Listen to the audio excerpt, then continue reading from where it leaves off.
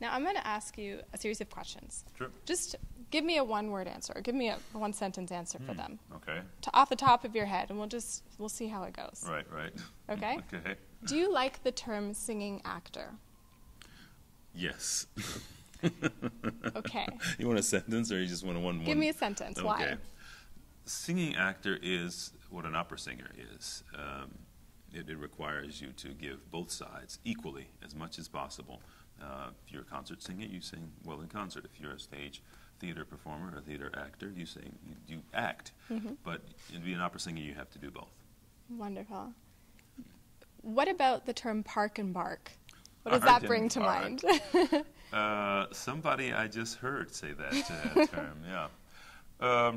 Well, it brings to mind people that need to be stable in whatever they do, and they can't really afford to do much else. There was a little bit of an exercise that I'm doing before this opera, because I have to move. Robert Carson requires me to move. So I do a little bit of a sidestep, and I do that solfeggio thing that I just did, which is do re re mi fa fi sol si la di do re do ti fa. There's a marchese and then little syllables. So it's a good thing to get the breathing going, and I'm not then forced to stand still and park and bark. So hopefully that's answering the question. That's great. Who is your favorite opera singer? Favorite. Well, I mean, there are several. The basses, the Cesare Siepi, Ezio Pinza going back, the bass baritones, George London. I'm singing more of the George London repertoire. And so, I would say he's a favorite. Pavarotti was certainly, Mirella Freni. I go through the different voice categories because I have a favorite in all the categories as well. Of course. But, do you have a favorite opera to watch? Opera to watch, favorite. Well, let's see. That's kind of hard. I don't know. When I first came up, Aida was the first opera that I saw, probably. I was in high school. And so I think, Carmen's also the ABCs, Carmen, Aida. Carmen, Aida. These are Bohème is the roles that you're known for also. Right. Very well known for. Yeah. Faust, obviously, you go to ABCD. Do you like playing the womanizer, the lady killer? Like Escamillo, whenever for there's a example? possibility, yeah, sure. Yeah? Escamillo's very good. Don Giovanni, I've dabbled in a bit. So, no, I think it's a wonderful stretch to sort of the characterization, away from the seminary sort of things. So the devil, in some ways. A little bit about. A little darkness in there. What's your favorite language to sing in? Favorite? Well, I would say, French has a lot of wonderful things that are connected with it, and I think my vocal production has done well with that language. Certainly have a lot of rules that are in that. Czech is similar, that things that usually work very well in that, but Italian is the basic, so that I've just gone through a trio there. So you like singing in a lot of languages. Right, exactly. So let's try, if you had to say one thing that's the hardest part of being an opera singer, what would it be? Well, sometimes I think staying healthy, but I've been able to manage that without any problems these days.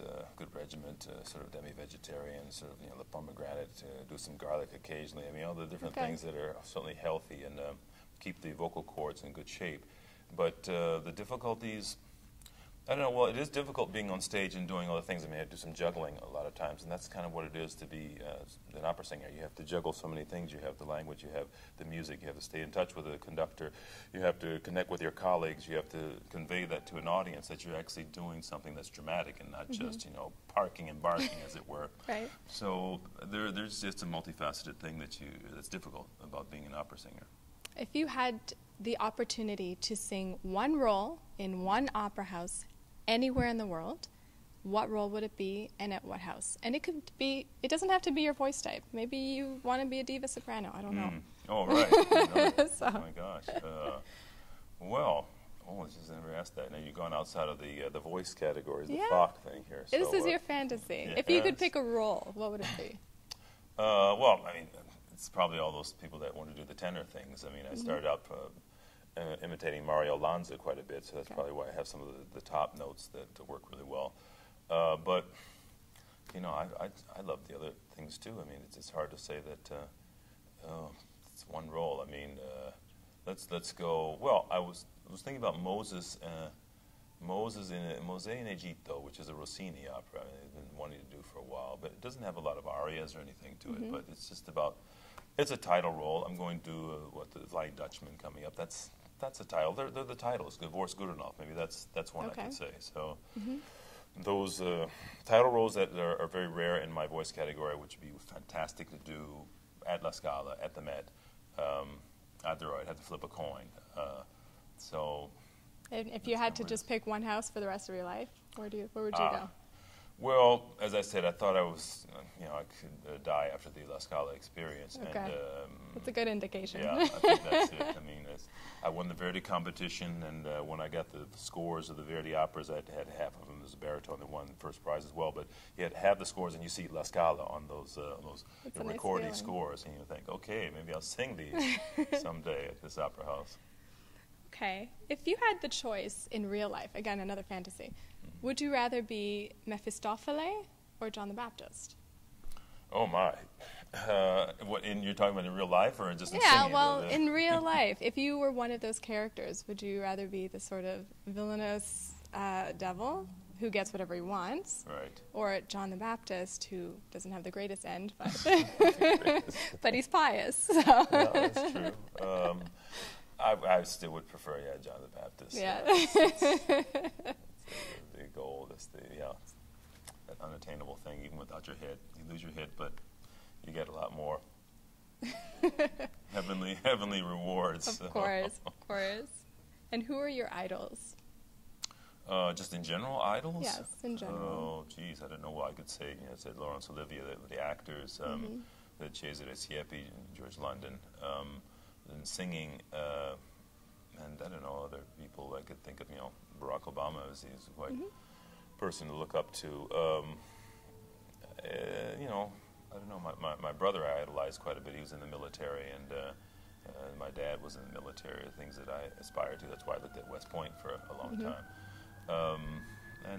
Great leaders. I mean, you say idols. I mean, I went through history. I can go back through, Julius Caesar, which I actually played Julius Caesar in my hometown, Cleveland. That was one of the high moments of my life.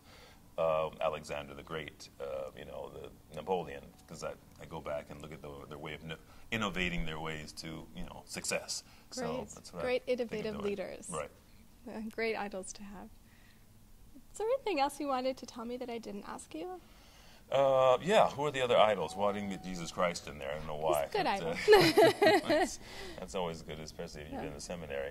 I think that's, the regiment that I have to do physical is quite extreme. I'm jumping rope a lot of times backstage. I told you to do the dance steps with the solfeggio. So it is about having the body ready to do a lot of things that happen on stage. It's about having the mind ready to, have anything that might happen.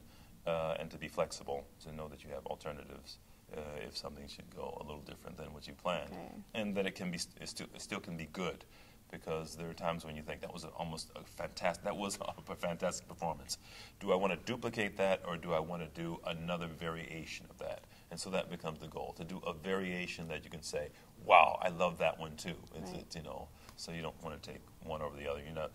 I'm doing an Olympic event basically. It's 9.5, 9.6, 9.7, 9.8, and a 9.9, but I don't want a 10 because I want to keep. You want somewhere to go. Exactly. Now I'm going to ask you one last question. Okay. And it's you just celebrated 25 years of performing Mephistopheles, and you celebrated that at the Santa Fe Opera. I want to know, over 25 years, how have you changed, and how has this role changed for you? Oh my. Well, at the beginning, I think I was given credit for my ability to bring the drama to the role. It's a first-time experience. Many of my first-time roles are like that. I look at them and I get inspired, and I think, "Wow, this is what I see." And I read the background, the story, and I look at the music, sort of like that. So there's a lot of life and enthusiasm in that first time. As I've gone through it, I've developed, obviously, the vocal ability to actually sing the role in a stronger way and in varying ways, to have the low come out, to have the high come out, to do the subtle pianos here and there. So that just comes with experience, with some age, with some development of the voice. So those things have happened. And I can't say, the director's concept sort of gets in the way sometimes because, they have their idea of what the character is supposed to be. If I wanted to say the first one I did was very traditional for the most part, the last one I did was a little different. It was a little bit more restrained in some places, and so I could make up in other places for myself. It's more fun to direct yourself, isn't it? I think so. I mean, you have a concept of a character, and you'd really want to play that to the hilt. That was another thing, talking about Olivier, where he said that during his time it was very important for them to have their own, be part of their own destiny, to have be their manager so that they could be performing as well as directing and whatnot. Right. So that's a goal. I mean, I did some of that directing, and when I was at an associate professorship, and I enjoyed it. So the workshop type things as well. When I get a chance to do that, I relish it. Great. Well, thank you so much for talking to me, sitting down. It was a wonderful interview. Very good. It was great to get to know you. My pleasure. Okay. Thank you. Great.